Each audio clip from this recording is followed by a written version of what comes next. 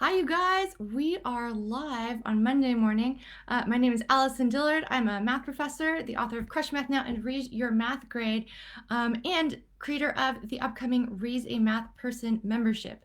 I'm super duper excited today.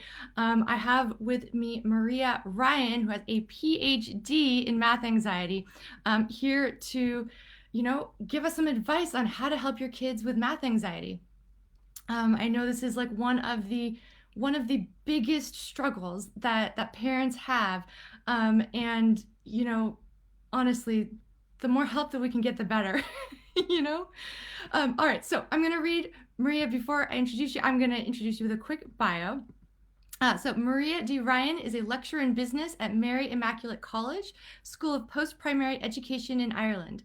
Maria has over 20 years lecturing experience in higher education and holds a PhD in mathematics education from the University of Limerick. The focus of Mary's PhD research was mathematics anxiety among mature students in Ireland. Maria has been lecturing service mathematics throughout her career and is acutely aware of the challenges students face which lead to anxiety towards mathematics. So in this regard, Maria is highly experienced in helping students to engage with mathematics effectively and to overcome their difficulties in the subject. Cool. Welcome, Maria. I'm so excited to have you on. Thank you, Alison. I'm delighted to accept your invitation to be here. So tell me about your PhD in math anxiety. Well, I suppose what prompted my PhD research was, as you mentioned, I've been lecturing in higher education for over 20 years. And while I'm a lecturer in business, the one common subject I've had over my 20 years is service mathematics. So mathematics for a particular discipline. So mathematics for science, for technology, for business in this case. And the one common thread throughout all of the teaching of those subjects has been where students will share their stories of bad experiences with mathematics and also their fear doing the maths with me as to how they'll get through it because of their history with maths.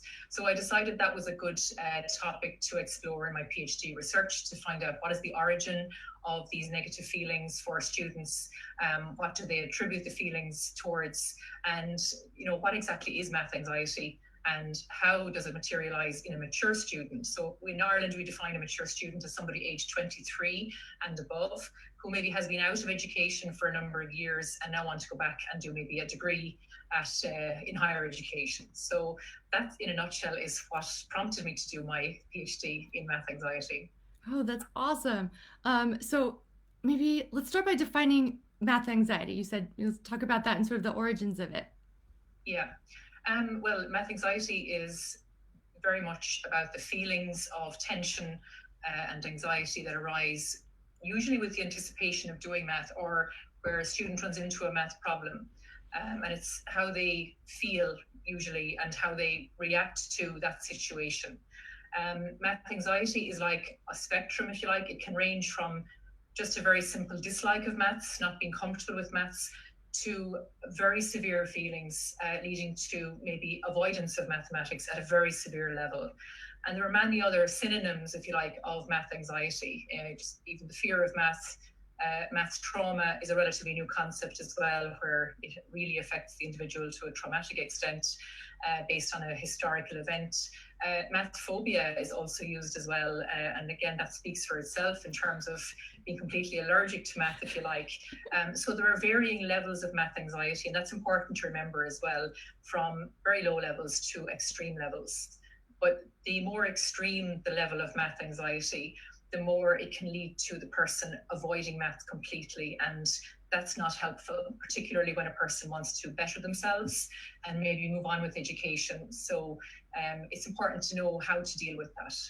Right, right. And I know we were sort of talking a little bit before about how math anxiety is actually, we feel like, a lot more common than maybe students realize, right? Because I know in your Yeah. experience interviewing students, as well as my experience as a teacher, it's something that students don't always talk about. And there's so Mhm. many students with math anxiety, they're just not sharing it with each other. And so students tend to think that they're sort of alone in this fear. And honestly, I've worked with students who it's so extreme that like they they get like, heart palpitations, and they just start like sweating, and they can't think, and they think that they're going to throw up because they're just so stressed out when it comes to a math test. And um, you know, and like you said, there's a spectrum of, levels of this, and Mhm. but I don't know. I guess like if your child's dealing with this, right, know that they're not the only one.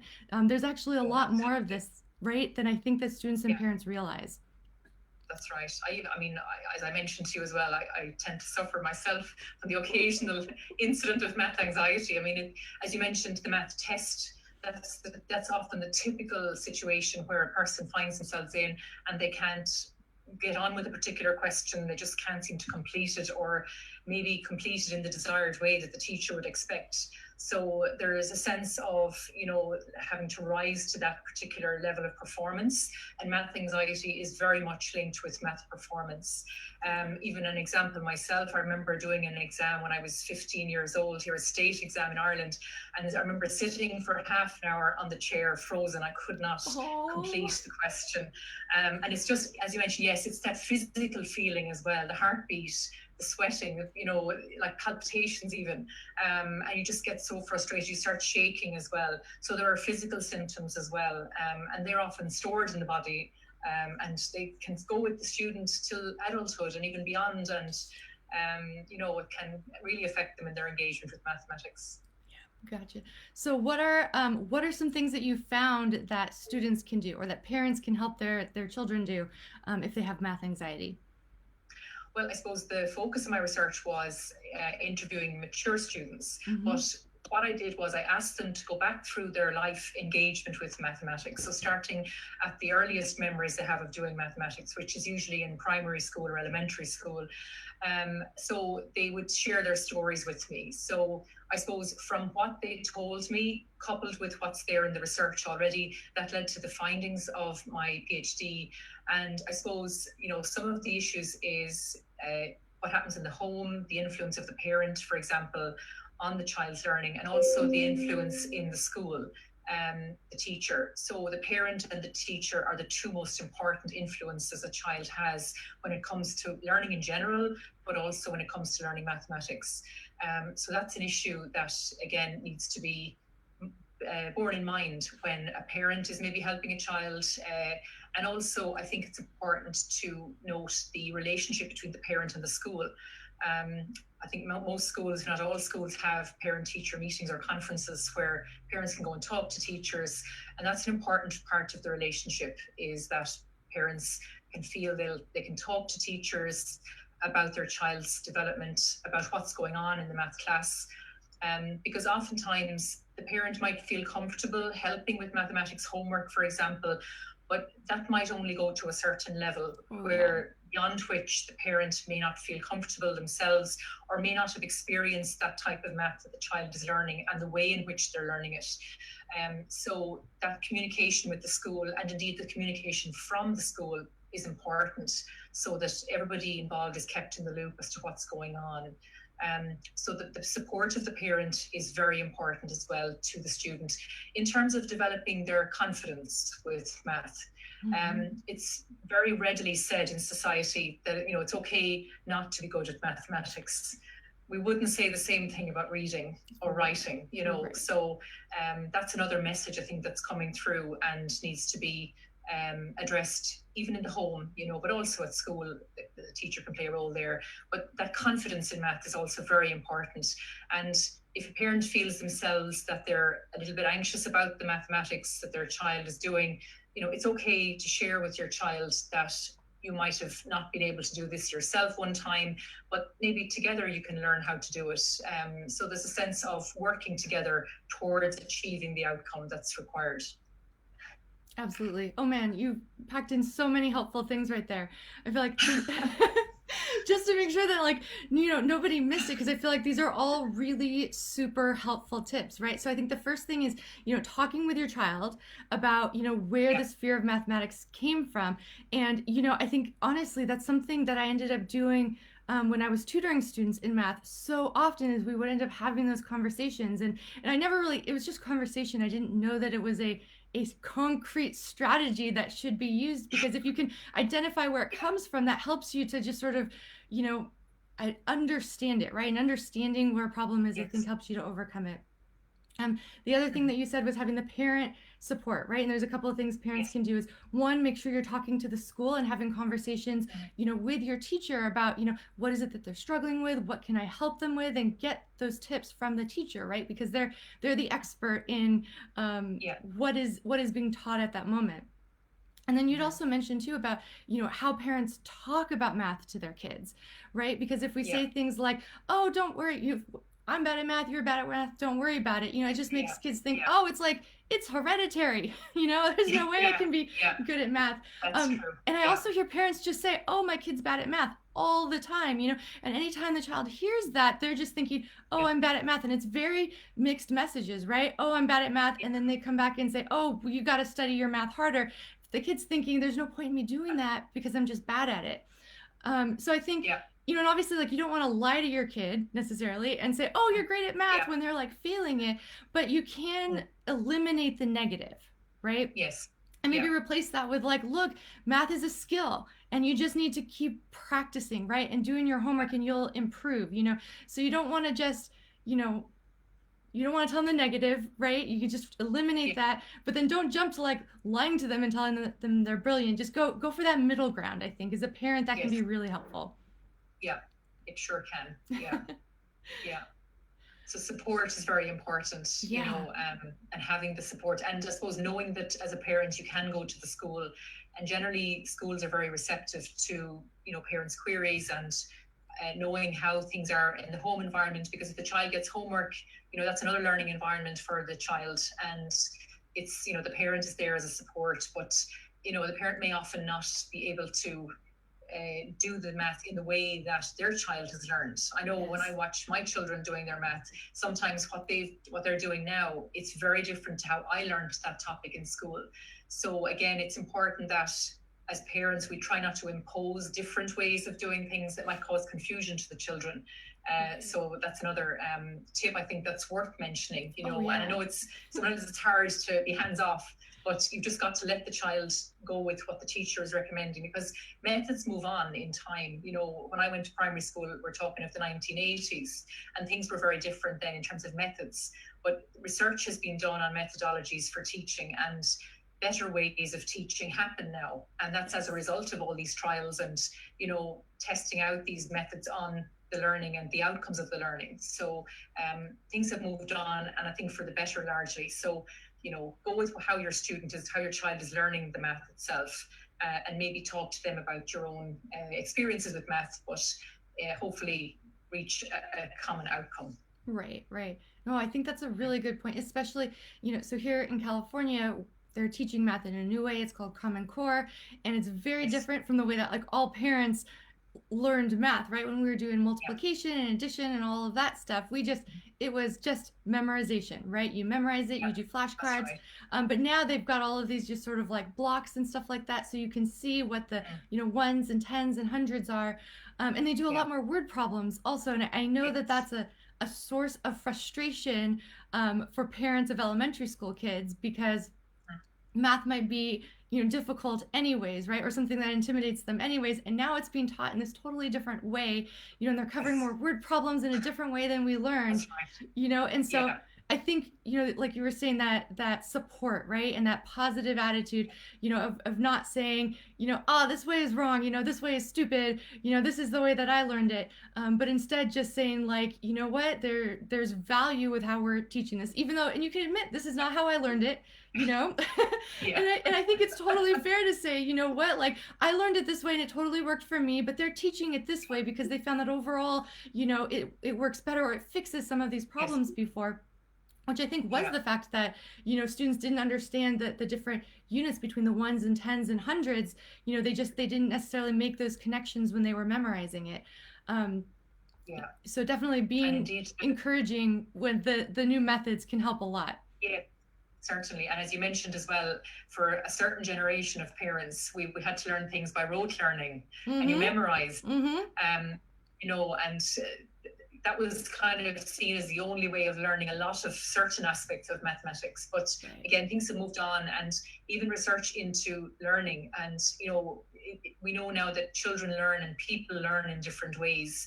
I myself, I prefer the more visual aspect, whereas somebody might rather the tactile item, or be able to hear something that they might get it the first time. So everybody learns in different ways, and that's important to know as well when it comes to mathematics, because math can be taught in different ways. Yes. And there's not just one approach to teaching a maths problem. There's often different ways, and sometimes involving those tactile objects or manipulatives, as they're called as well. So, there are different ways, and a very confident teacher will be able to deliver that as well. And that comes across then in the class as to how they can address the different levels of ability in the class. Mm-hmm. Oh yeah, definitely. No, that's a super good point. Oh man.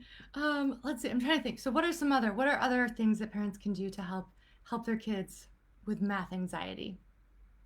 Well, I mentioned in my own research, I asked students to talk about their history with mathematics. Mm-hmm. And I think one helpful thing that parents could do if they're feeling a bit anxious themselves about mathematics and helping their child is maybe to reflect on their own math experience through something like a life story with mathematics. The students that I interviewed, they found that very, very helpful. And even when I conducted the interviews and after I switched off the recorder, some of them said to me, this has been great. I feel like a weight has been lifted. I've been able to talk about this for the first time in I don't know how many years. So it's a positive experience. So even to get a journal, jot down, what did I feel about maths at primary school, elementary school, and secondary school, and how do I engage with maths in my life today? If you go to the supermarket and you see discounts, are you able to work out those? And so in general, how do you feel about math on a day-to-day basis nowadays? But it's a good idea to reflect on your math experiences in school, and I think writing them down will definitely help. And it might help you to appreciate where you are at this point in time with your own feelings towards math as a parent, and that might give you the confidence you need then to deal with your child's mathematics, but also go and talk to the teacher at school and have that communication ongoing. Definitely. Yeah, definitely. The journaling, I think, is a really good strategy for students. I Yeah. think I forget, I had read a paper somewhere about someone who had did an experiment about that with math students with anxiety, or maybe it was biology students with test anxiety, but it was for test anxiety. And what they did was they had the students journal about their anxiety right before the test. I guess they found Yes. that if that happens, it's just sort of like, it's like you get it out of your system, right? Just sort of like Right. by Yeah. acknowledging it and writing it down, and then they do better.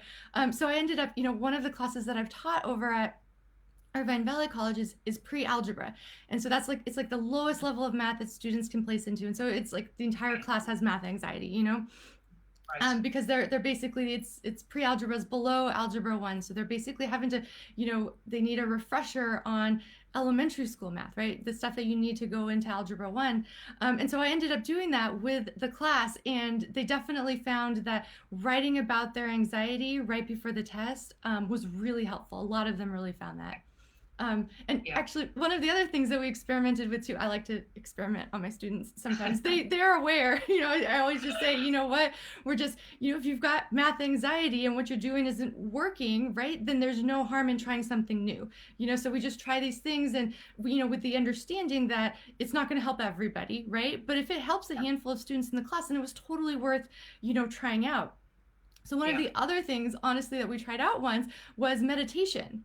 And Okay. honestly, you could have seen the look on some of my students' faces when I said we're going to try meditating at the beginning of math class.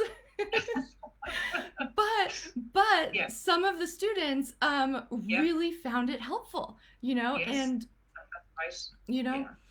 Yeah. so yes, the journaling beforehand, the meditation before exams too, and that's something Yeah. that you can do not just before tests, right? But before That's right. you go into your math class, before you start your math Yeah. homework, all of that sort of stuff. Exactly.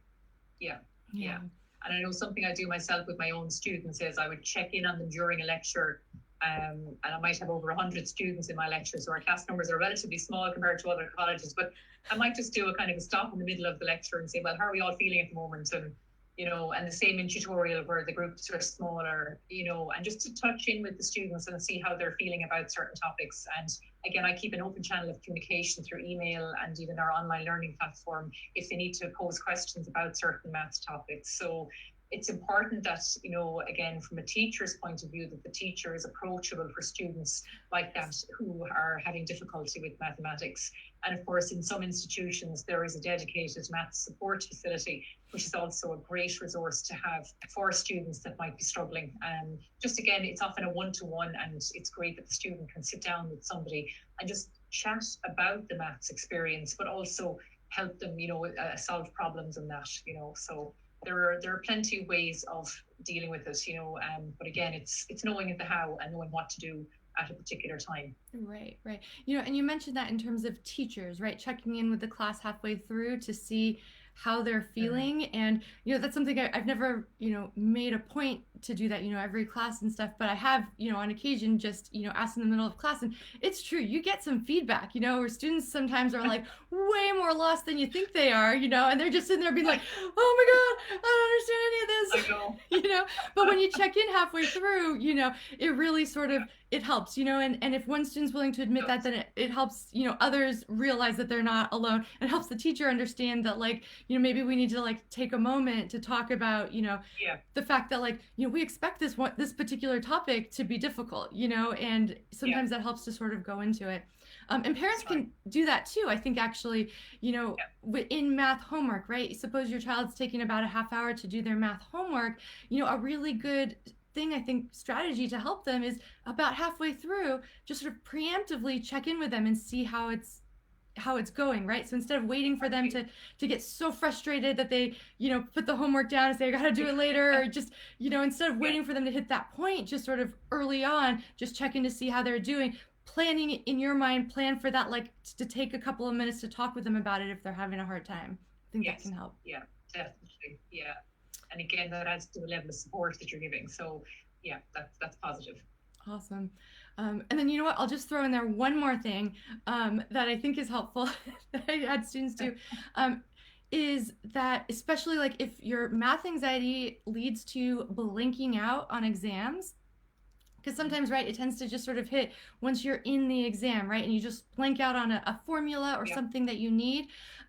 You can write formulas down as soon as you get the test, right? So review them before the test, right? And then if there's something that you think you're going to blank out on, write it down as soon as you get the test while it's in your head.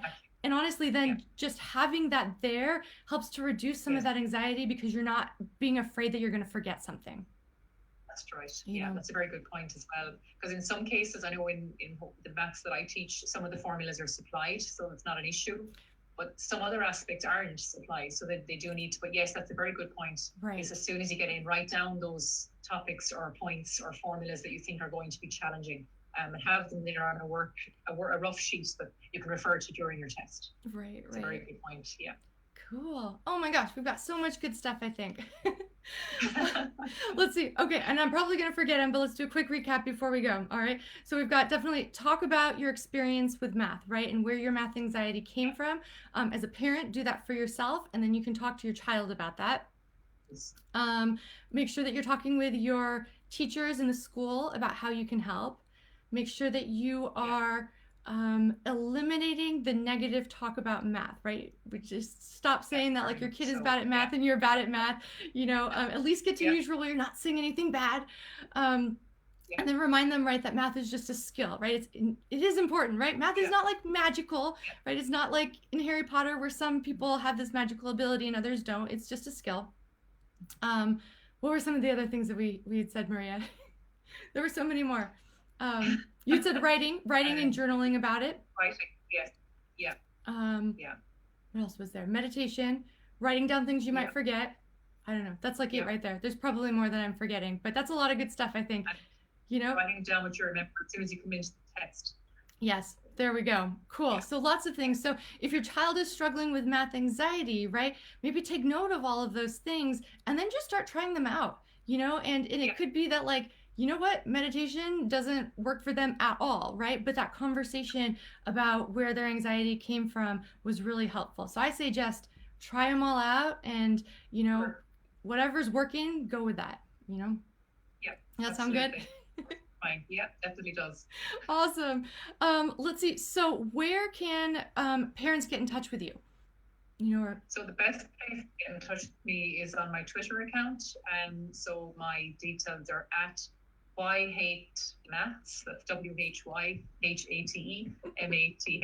And I think Alison will put the link on the comments at the end of yes, I'll add it in the comments, definitely. Yeah. Great, thank you. So send me a private message through Twitter and I'll reply fairly quickly. So perfect. I look forward to hearing people. Yeah. Awesome. So if you have any questions on math anxiety, you can always go ahead and message Maria on Twitter. And let's see, your handle is Why Hate Maths. I assume that it's not given all of the reasons in the world why we should hate math, or is it? No, it's going to be ironic. Yes, I know. I love that. I love that as a handle. That's awesome. Let's see. And then I'm trying to think, for one final thing, we had so many different strategies for how to help students with math anxiety. If there was like one that you could pick out, if a parent only had time to really just try one thing out, what is it that you would recommend? I think positive support, as we mentioned about getting rid of the negative talk, changing that for positive talk, that's important. And even if the parent themselves would be inclined to say, oh, I can't do that, add the word yet to the end of that sentence. True, yes. I can't do that yet. So, show that there is a willingness to learn for yourself as a parent as well as with the child. That it's not all doom and gloom, that you can actually achieve this. And support is very important in that regard. So I think that would be my main message, is be positive.